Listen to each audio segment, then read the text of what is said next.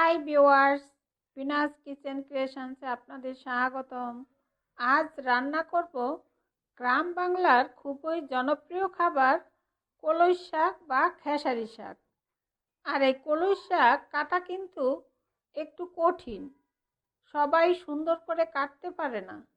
তাছাড়া যারা নতুন রাঁধুনি এই কলই শাকটা কাটার জন্য খেতে পারে না, তারা কিন্তু আজ থেকে এইভাবে কলই শাক রান্না করলে কোনো সমস্যা হবে না, যে কেউ রান্না করতে পারবে।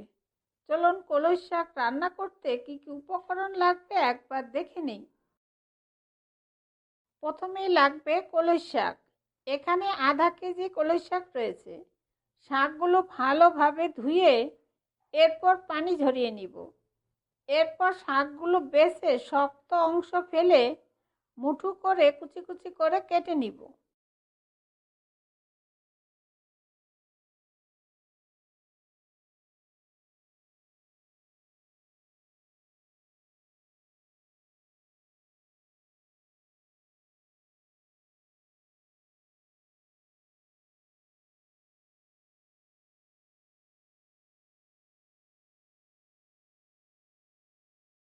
এখন দেখুন কলই শাকগুলো কেটে নিয়েছি। তবে এই কলই শাক যত মিহি করে কাটা হবে শাক খেতে তত ভালো লাগবে। তবে আজ এই শাকটা আমি বেটে রান্না করব, তাই তত মিহি করে কাটিনি। তবে একটু ছোট ছোট করে শাকগুলো কাটলে শাকগুলো সিদ্ধ তাড়াতাড়ি হবে, তাহলে শাকের সবুজ রং ঠিক থাকবে। এখন শাকগুলো মজিয়ে নেওয়ার জন্য কড়াইতে দিয়ে দিব।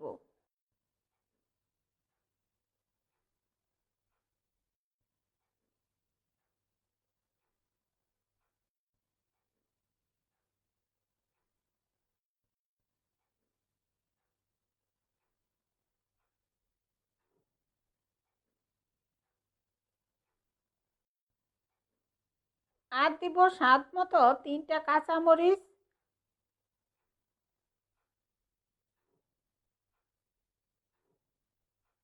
লবণ,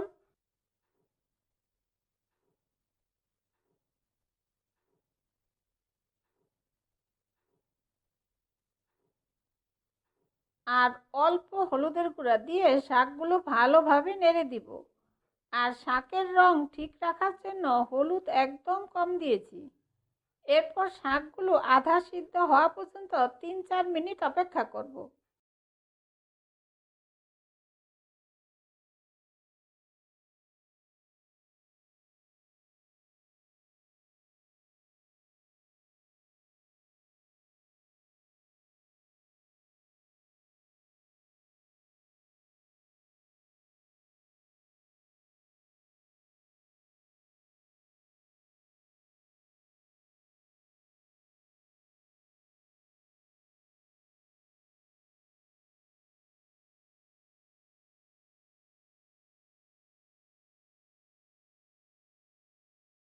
এখন 3-4 মিনিট অপেক্ষা করার পর দেখুন শাকগুলো মজে গিয়েছে আর শাক থেকে কিছু পানি বের হয়েছে।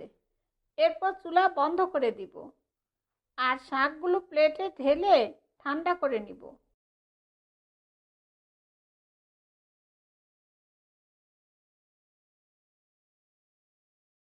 এখন দেখুন শাকগুলো ঠান্ডা হয়ে গিয়েছে। এরপর অল্প অল্প করে ব্লেন্ডারে বেটে নিব। আর বাটার সময় যদি মনে হয় একটু পানি লাগবে, তাহলে অল্প পানি দিব, কারণ বেশি পানি দেওয়া যাবে না। তবে পাটায় বাটলে আর পানি দেওয়ার দরকার নেই।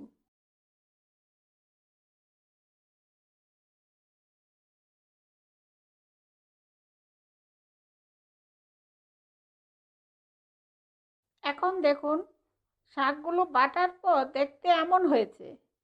এখানে শাক বাটার সময় পানি বেশি দিলে শাক রান্না করার সময় বেশি লাগবে, আর এতে শাকের রং নষ্ট হয়ে যাবে। এখন কলই শাক খাওয়ার জন্য প্রথমেই 3টা শুকনো মরিচ ভেজে নিব। আর মরিচ আপনাদের পছন্দ মতো পরিমাণ ভেজে নেবেন।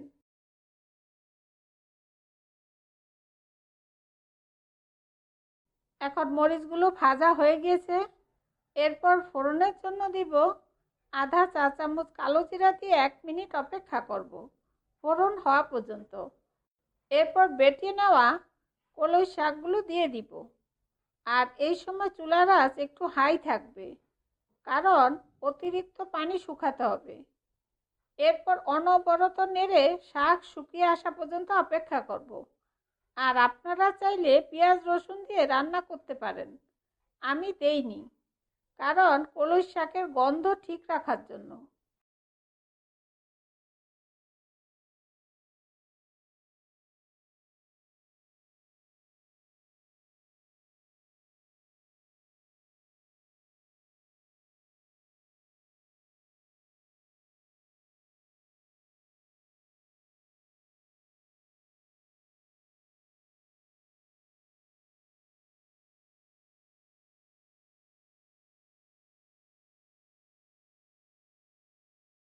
এখন দেখুন শাকের পানি প্রায় শুকিয়ে আসছে।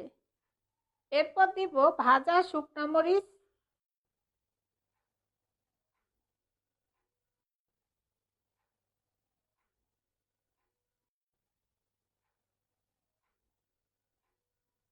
আর স্বাদ মতো চিনি দিয়ে ভালোভাবে নেড়ে নিব।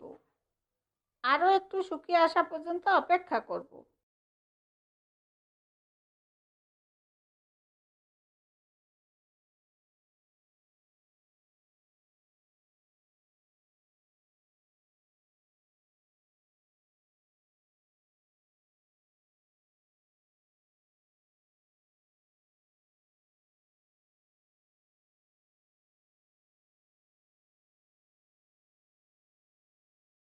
এখন দেখুন কলই শাকগুলো ভর্তার মতো শুকিয়ে গিয়েছে আর তেল ছাড়ছে।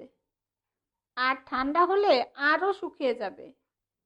আর এখন কলই শাক বা ভর্তা যাই বলুন, গরম গরম ভাতের সাথে খাওয়ার জন্য একদম তৈরি। এরপর পরিবেশন করব।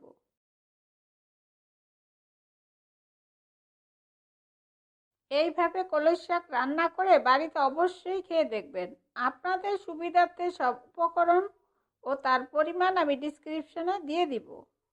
আর এই রেসিপিটা আপনাদের কেমন লাগলো আমাকে কমেন্টসে জানাবেন। আর ভালো লাগলে অবশ্যই একটা লাইক দিবেন। আর নতুন বন্ধু হলে সাবস্ক্রাইব করার জন্য অনুরোধ রইল। আমার ভিডিওগুলো দেখার জন্য আপনাদের সবাইকে অনেক অনেক ধন্যবাদ।